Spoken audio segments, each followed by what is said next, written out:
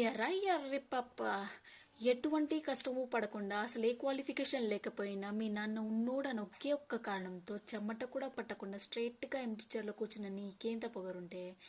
అమ్మ నాన్న తిప్పలు పడి స్కూల్ ఫీజు కడితే ఎల్కేజీ నుంచి 10th క్లాస్ వరకు కష్టపడి చదివి పాస్ అయ్యి ఇంటర్లో ఈజీగా ఉన్న గ్రూప్స్ అన్ని వదిలేసి ఎంపీసీ చదివితేనే ఇంజనీర్ అవ్వగలమని చెప్తే కష్టమైన అదే గ్రూప్ సెలెక్ట్ చేసుకొని ఫిజిక్స్కి ఒక ట్యూషన్, కెమిస్ట్రీకి ఒక ట్యూషన్, మ్యాథ్స్కి ఒక ట్యూషన్ అని రోడ్లు పట్టుకొని ఆ ఫీజు కట్టాలి ఈ ఫీజు కట్టాలి అని అమ్మ నాన్నలు హింస పెట్టి బోర్డ్ ఎగ్జామ్లో పాస్ అవ్వడానికి ఫ్లాస్క్లో టీ పెట్టుకొని రాత్రంతా చదివి అలారం పెట్టుకొని పొద్దున్నే లేచి మళ్ళీ చదివి తీరా పాస్ అయ్యాక ఎంసెట్లో ర్యాంక్ రాకపోతే లాంగ్ టర్మ్ కోచింగ్ తీసుకొని అప్పటికీ సరైన ర్యాంక్ రాక అమ్మ నగలు తాకట్టు పెట్టి మేనేజ్మెంట్ కోటాలో సీట్ సంపాదించి తెలుగు మీడియం నుంచి వచ్చిన నాకు ఇంగ్లీష్ అర్థం కాక ఫస్ట్ ఇయర్ నుంచి 4th ఇయర్ దాకా ఉన్న అరియర్స్ అన్ని 4th ఇయర్లో ఒకేసారి క్లియర్ చేసి ఈ సొసైటీలోకి వస్తే ఈ జనం అంతా నన్ను ఉద్యోగం లేని ఎద్దవా అని నీచంగా మాట్లాడుతున్నా లెక్క చేయక ఉద్యోగం కోసం ఆ ఆఫీస్ ఈ ఆఫీస్ అని పిచ్చి కుక్కల 4 ఏళ్ళుగా తిరుగుతున్నాను. నాకు ఎందుకు పనికిరావు తిండి దండగాని మా నాన్న తిడుతుంటే ఒక్కో మెతుకు గొంతులో దిగక ముళ్ళలో గుచ్చుకుంటుంటే మింగలేక కక్కలేక చస్తు బతుకున్న నాకు